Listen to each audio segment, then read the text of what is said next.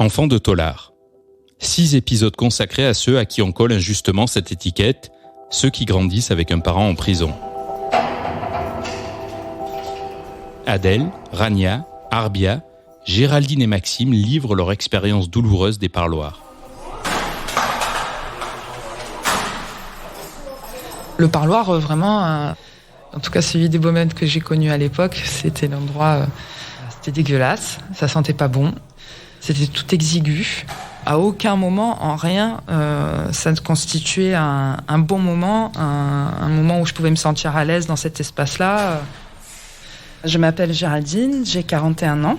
Mon papa a été incarcéré quand j'avais 11 ans. Il avait écopé d'une peine de prison de 20 ans pour avoir commandité un assassinat. Le seul moment qui était agréable, c'est le moment où mon père arrivait et où on pouvait avoir un peu de contact physique. Je me souviens, je le lâchais pas, j'étais sur ses genoux. J'étais grande, déjà petite. Je dis, tu commences à faire ton poids, hein, tu vas plus pouvoir rester sur moi comme ça.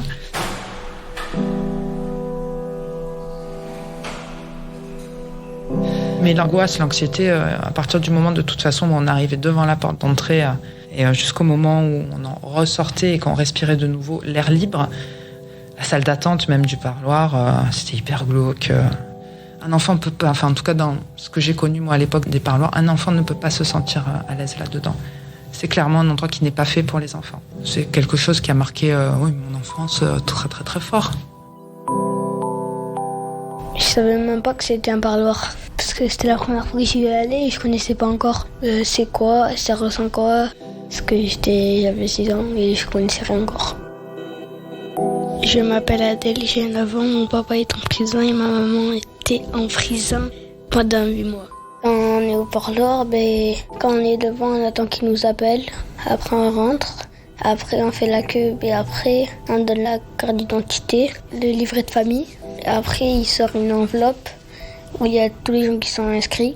Après, il met un tampon sur une feuille et après, on y va. On met nos affaires dans les casiers. Après, on prend notre veste, on l'enlève. On met dans un bac. Après, on l'envoie dans le truc avec le sac d'habits. Après, on passe sur un portique et on enlève nos poches pour voir si on n'a rien à cacher. Mais rien à chaque fois.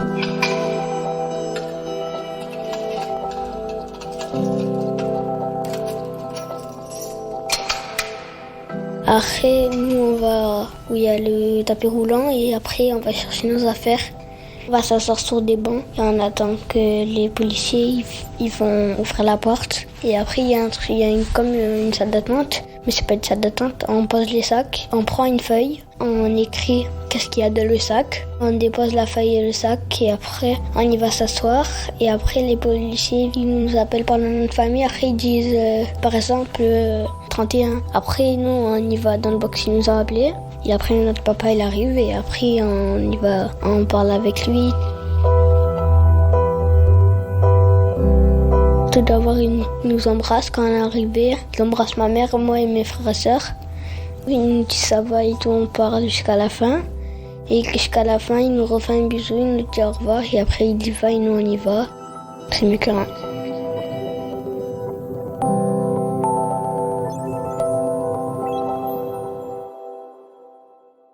On n'avait pas le droit d'avoir de jouets, de stylos. Moi, je dessine. Je pouvais dessiner qu'avec mon père. On pouvait même faire signer des mots, on pouvait pas. C'était que des parloirs, on va dire, particuliers. On pouvait avoir seulement des stylos pour pas que d'un coup on se mette à avoir une arme blanche, en fait. Donc c'était ça, en fait. C'était même les pièces, même la nourriture. On n'avait pas le droit de nourriture. Je m'appelle Maxime, j'ai 28 ans et moi c'est mon papa qui était incarcéré quand j'avais l'âge de 8 ans. J'avais oublié, mais oui, ma mère était, elle avait, on pourrait même apparenter ça avec des tocs, parce que du coup, il fallait absolument rien oublier dans les poches. Je me rappelle très bien que si j'avais oublié une pièce, une clé ou quoi, ma mère me disait allez vite, tu vas nous faire perdre du temps. Après, tu sais qu'après ça décale tout. Les parloirs sont effectivement pas pensés pour les enfants et pour la relation entre le père et les enfants. Je m'appelle Caroline Toureau. J'ai travaillé sur l'expérience des familles de détenus et publié un ouvrage qui s'appelle La famille à l'épreuve de la prison. Et je travaille aujourd'hui en tant que chargée d'études à l'Observatoire national de la protection de l'enfance. Les parloirs, c'est souvent des tout petits box avec 2 chaises et une table. Il y a très très peu de jeux, à part pour quelques parloirs spécifiques pour les relais parents-enfants, mais qui sont du coup en présence d'une éducatrice et qui sont pas accessibles aux autres familles, aux familles de détenus avec les enfants. Donc en fait, il y a aucun support pour alimenter la conversation, le lien entre l'enfant et le parent. Personne à l'extérieur ne se retrouve face à son enfant comme ça pendant 3 quarts d'heure dans un petit box. Du coup, effectivement, les enfants peuvent être parfois agités, mais parce que finalement, ils sont mis dans des situations qui ne sont pas normales et accessibles et adaptées aux enfants. Les parloirs sont souvent sales aussi, donc là aussi, du point de vue de la dégradation de l'image pour les enfants, il peut y avoir des odeurs très désagréables. Il n'y a pas toujours d'accès aux toilettes, ce qui pour des enfants peuvent être particulièrement problématique.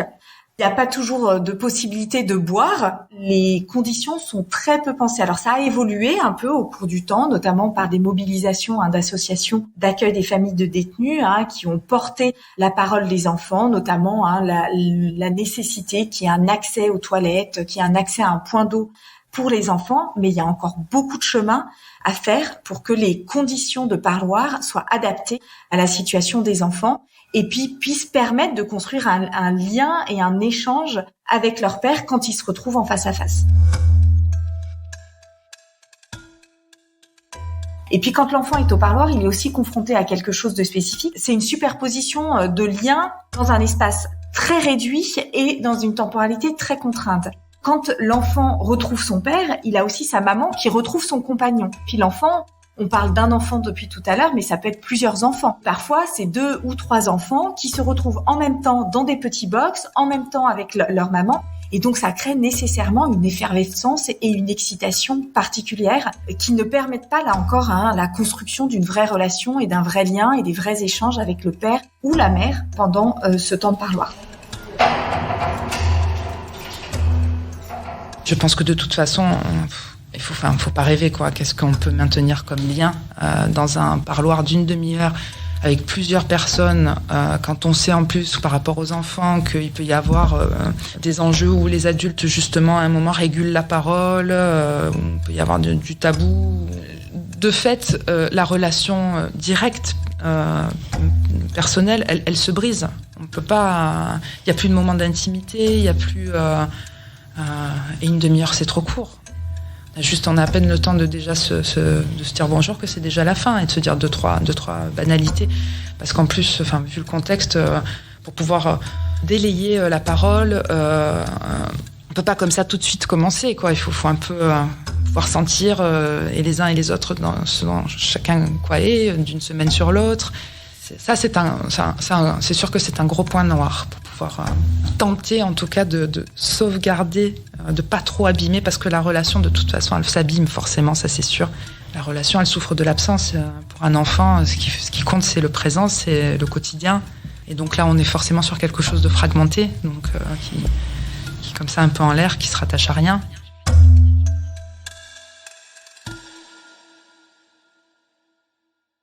Les interactions, elles restent quand même compliquées. Alors que quand c'est les parloirs professionnels, déjà c'est la surveillance, elle est beaucoup plus accrue. Il y a beaucoup de différences entre les enfants qui sont accompagnés de manière professionnelle, en tout cas par rapport à, par exemple, moi quand j'ai accompagné mon neveu et mes nièces en détention. Ça n'a rien à voir. Parce que le parloir ordinaire, il y a personne qui fait attention à l'enfant. Il y a rien. C'est le même traitement que pour les adultes. On se met pas à la hauteur de l'enfant mais vraiment pas. Dans les parloirs classiques, de famille ordinaire, c'est pas la détention qui s'adapte aux enfants, c'est les enfants qui s'adaptent à la détention. Il y a rien qui est pensé pour eux. Rien. Mais quand je vous dis rien, c'est rien. Je m'appelle Arbia. Je suis déjà intervenue dans le cadre d'accompagnement d'enfants dont les parents étaient incarcérés. Puis après, j'ai basculé en étant accompagnante de mon neveu et mes nièces en détention pour aller voir leur père, qui est mon frère. Ce qui était compliqué, c'était que le temps, il leur paraissait très, très, très, très long. Parce qu'en 45 minutes de parloir, vous avez l'impression que c'est court. Mais mon frère, c'est quelqu'un qui malheureusement, dans la détention, il avait pas grand-chose à raconter au parloir. Donc une fois que les enfants, ils leur avaient dit, on a été à l'école, on était chez mamie, on est parti en vacances, etc. Il fallait combler 35 minutes. Donc le petit garçon, des fois, il faisait des pirouettes dans le parloir. On pouvait pas les interrompre comme ça. Après, ça générait de l'angoisse, des fois, ils sortaient, on avait des dimanches, ils étaient pourris. Pourtant, c'est 45 minutes. Il faudrait que le ministère de la Justice, je crois que c'est comme ça qu'on dit, ils se rendent compte que à chaque nombre d'enfants, c'est une peine. Triple peine, quadruple peine. Il y a des enfants, ils veulent pas, ils supportent pas cette privation de liberté où c'est quand même un milieu où psychiquement ou psychologiquement, vous savez, un enfant qui regarde ne serait-ce qu'un surveillant qui représente l'autorité, la loi, avec des clés, qui ouvre des portes, qui referme, qui claque, ça réveille la nuit. Ça réveille la nuit. Et des fois, on réfléchit à maintenir ce lien à tout prix. Parce que ça se réfléchit. Amener des enfants en détention, c'est pas anodin.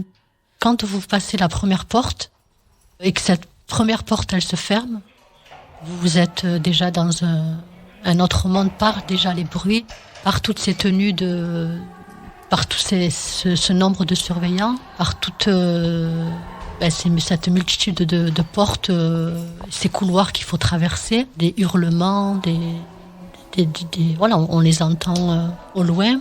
On passait la porte, on passait déjà dans le sas de fouille. Donc moi je sais que je m'arrangeais pour jamais sonner. Donc j'avais déjà le réflexe et je demandais aussi aux enfants d'être habillés du style un jogging, des baskets pour pas que ça nous ralentisse.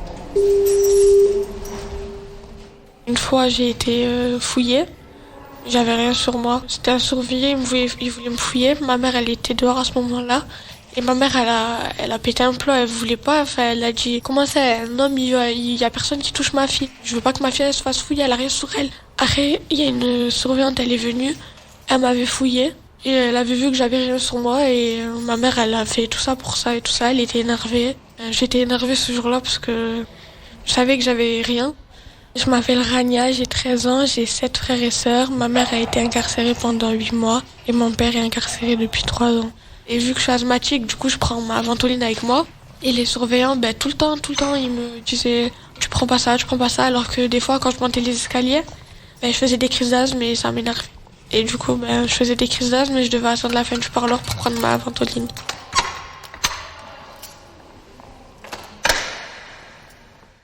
Je suis Florence Dubord-Père, directrice du relais enfants-parents, psychologue de formation. Nous, au niveau du relais, on le présente comme un jeu. On sonne, c'est pas grave, etc. On recommence, on a les équipes qui nous accueillent bien. Maintenant, je comprends qu'une famille qui arrive, qui soit stressée par l'horaire du parloir, avec le sac de linge, qui vient du 15e arrondissement, avec les transports en commun, qui a son petit qui a pleuré, qui est fatigué, qui doit rentrer, qui tient sa voiture à la main, qui sonne, le surveillant qui a peut-être pas le temps parce qu'il y a beaucoup de monde. Oui, ça c'est... Bien sûr, c'est de l'angoisse qui monte. C'est du stress. Moi, je vois beaucoup de petits se faire crier dessus des fois parce que la famille est épuisée et que la situation est stressante. Et c'est dommage, mais c'est ce rythme qui est imposé aussi. Tu me fais un bisou ? Tu pleures pas quand tu pars, hein ? Tu es une grande fille, toi. Maman, comment ?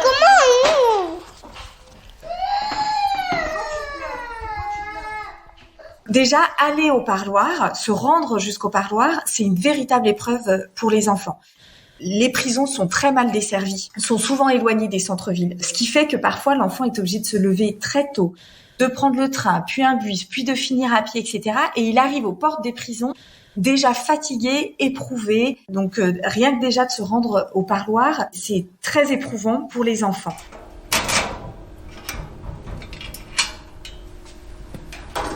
J'imagine que ça doit être au moins les premières fois très impressionnant pour eux de rentrer.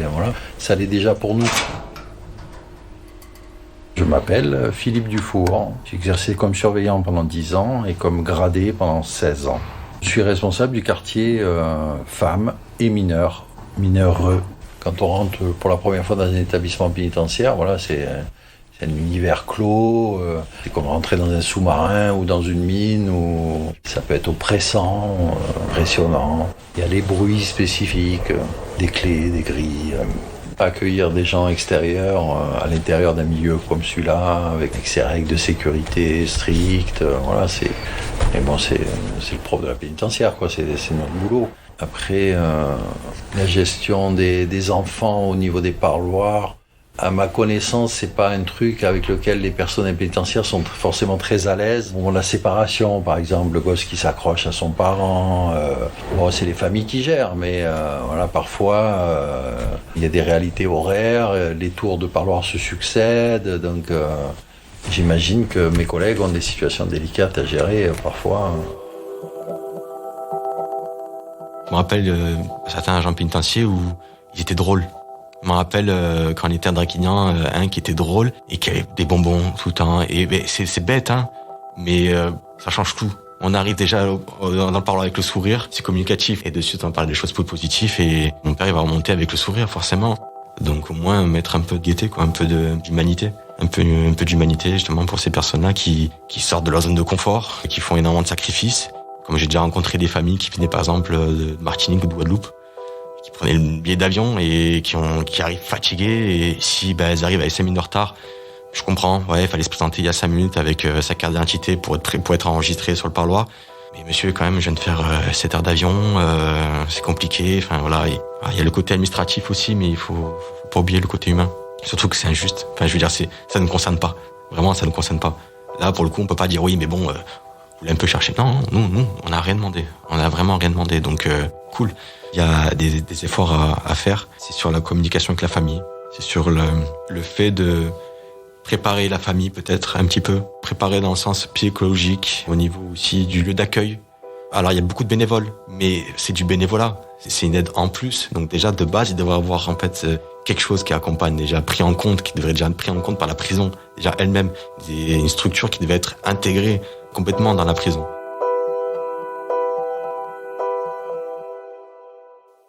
Ils n'ont pas leur mot à dire. Les enfants de parloir classique, c'est comme ça. C'est compliqué parce qu'il n'y a pas cette préoccupation un peu de ces enfants sur le milieu professionnel. Quand on prépare ça avant, mais là non. Là c'est juste, on a d'office si on demande un parloir enfant, si vous avez les papiers, l'enfant on lui demande pas, il est trimballé. Moi j'allais seule ou j'allais avec mon binôme. Déjà rencontrer le parent, réfléchir déjà à cette possibilité, voir un peu dans quel état, on va dire, surtout psychique, hein, voilà, était le parent, le cadre. On essayait ensemble de trouver ce qui était le plus adapté pour l'enfant, et après on mettait quand même l'enfant au centre de cette décision. Donc on leur a expliqué est-ce qu'ils avaient bien compris ce que la juge ou le juge des enfants avait décidé pour eux, à savoir de rencontrer leur papa ou leur maman, ou les deux, en détention. Donc, selon les réponses, selon ce qui était formulé, etc., on reprenait en expliquant l'endroit où c'était, que c'était nous qui viendrions les chercher, parfois avec le relais parent-enfant. Et on attendait les questions qui pouvaient se poser. Par exemple, il y avait des enfants qui pensaient que quand ils allaient aller voir leur père, il était habillé comme les Dalton, vous voyez encore... assez voilà, donc ils avaient une représentation de ce qu'ils voyaient un peu à la télé, donc il fallait un petit peu rectifier. On leur disait non, tu verras que ton papa ou ta maman. C'est un lieu qui est quand même au maximum adapté, avec des jeux, donc tu verras personne d'autre, tu verras pas d'autres détenus. Voilà, beaucoup de rassurance, surtout en disant que si l'enfant se sentait pas bien, s'il fallait arrêter le parloir, s'il fallait repartir, même devant la maison d'arrêt, on essayait de réfléchir à tout, pour que l'enfant il puisse arriver malgré le stress. Ce qui était bien aussi, quand on arrivait là-bas, c'est que dans certaines salles, le temps de la visite, on n'avait pas l'impression que les enfants ils étaient en détention. Mais c'est vrai qu'une fois que le surveillant a ouvert la porte, ça repartait. Hein. On avait cette espèce de bruit, d'ailleurs que j'ai dans les oreilles là en discutant de ça.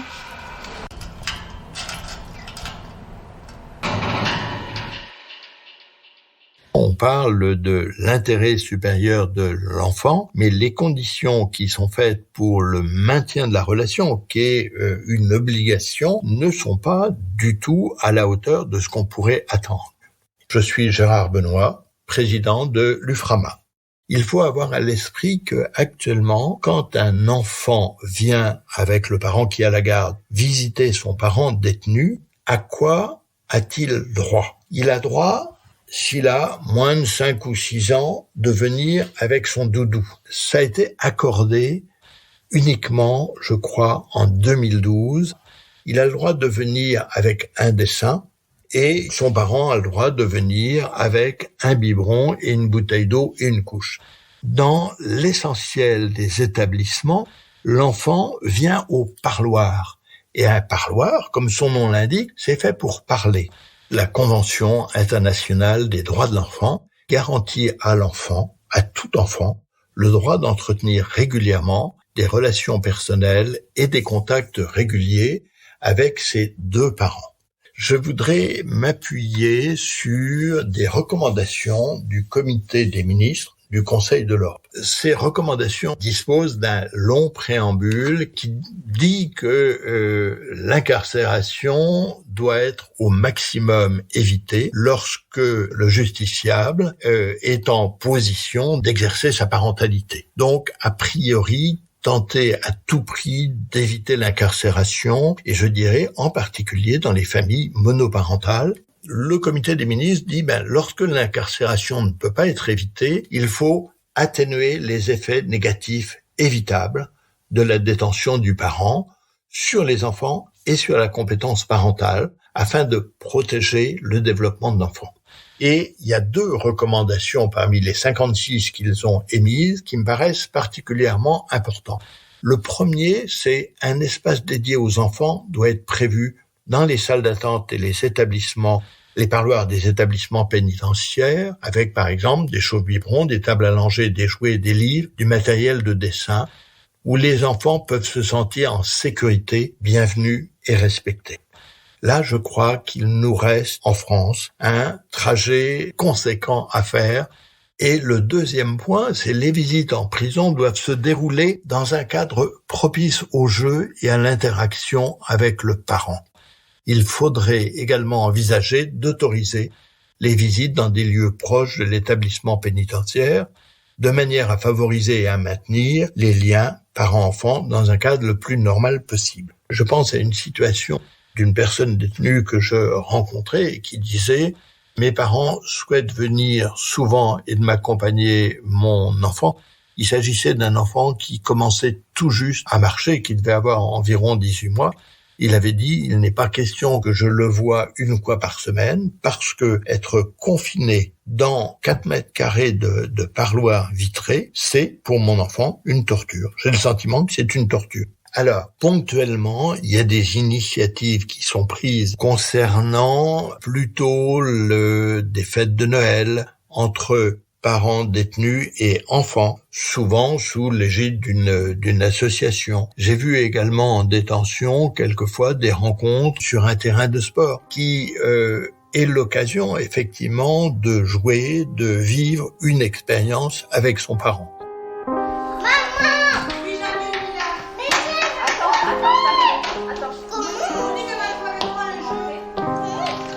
C'est pas beau, oui, certes, c'est une prison, c'est froid.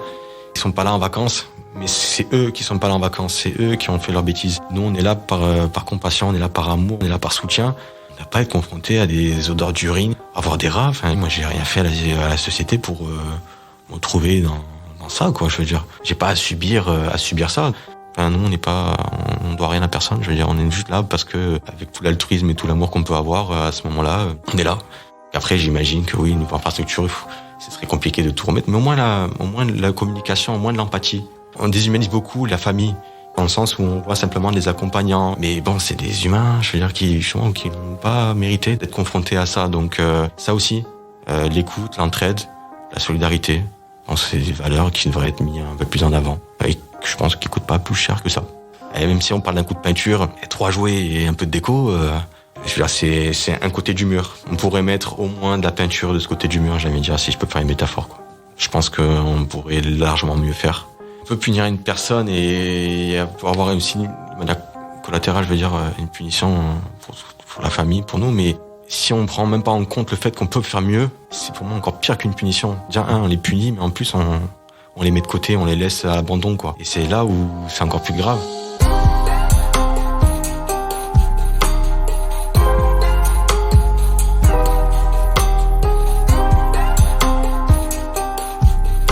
Vous venez d'écouter Enfants de Tôlard, un podcast d'Audrey Savournin réalisé avec Pierre Chaffanjon pour La Provence.